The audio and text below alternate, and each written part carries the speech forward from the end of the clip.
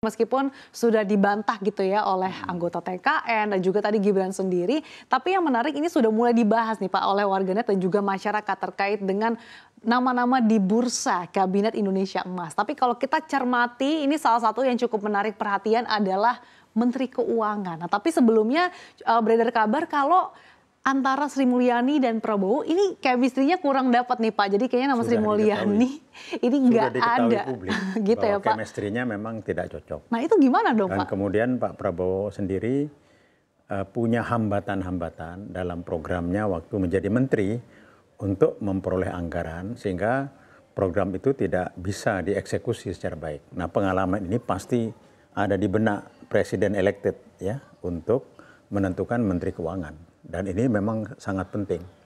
Kritiknya pun sangat banyak. Contohnya Faisal Basri, utang luar negeri kalau nggak hati-hati bisa menggelembung besar sekali. Jadi Menteri Keuangan paling sentral pada saat ini. Mengenai susunan kabinet yang beredar ya itu spekulatif lah ya. Tapi beberapa tim TKN masuk di dalamnya ada benarnya juga. Sebenarnya di masa datang harus ada undang-undang anggota kabinet itu ada dialog di DPR, diperkenalkan di DPR sebelum masuk ke itu. Bisa dibikin undang-undang. Tujuannya? Tujuannya untuk dikenal publik, ya enggak? Untuk dikenal publik. Kalau dulu pada waktu Presiden Jokowi pertama, setiap nama yang diusulkan itu disodorkan ke KPK. Tapi sekarang KPK-nya sudah lembek seperti itu, nggak bisa apa-apa, dan dia di bawah subordinasi Presiden. Jadi sekarang ini menyusun kabinet lebih berat daripada dulu. Dulu KPK banyak sekali yang dilempar ke KPK tidak bersih, nggak jadi presiden. Nah sekarang ini KPK-nya sudah seperti itu. Jadi nggak mungkin bisa, sehingga menurut saya itu cukup berat menyusun kabinet sekarang ini. Oke, saya kan ke Pak Peter. Pak Peter, kalau pandangan Anda seperti apa terkait dengan nama-nama yang sudah beredar nih di bursa Kabinet Indonesia Emas, meskipun memang ini masih cenderung spekulatif kalau kata Pak Didik gitu ya, dan apakah Anda melihat bahwa hal ini juga cukup mengkhawatirkan kalau memang nama Sri Mulyani betul-betul tidak masuk dalam bursa? Lalu bagaimana nih dengan 3 nama lainnya yang sebelumnya sudah pernah mencuat di publik, Pak Peter?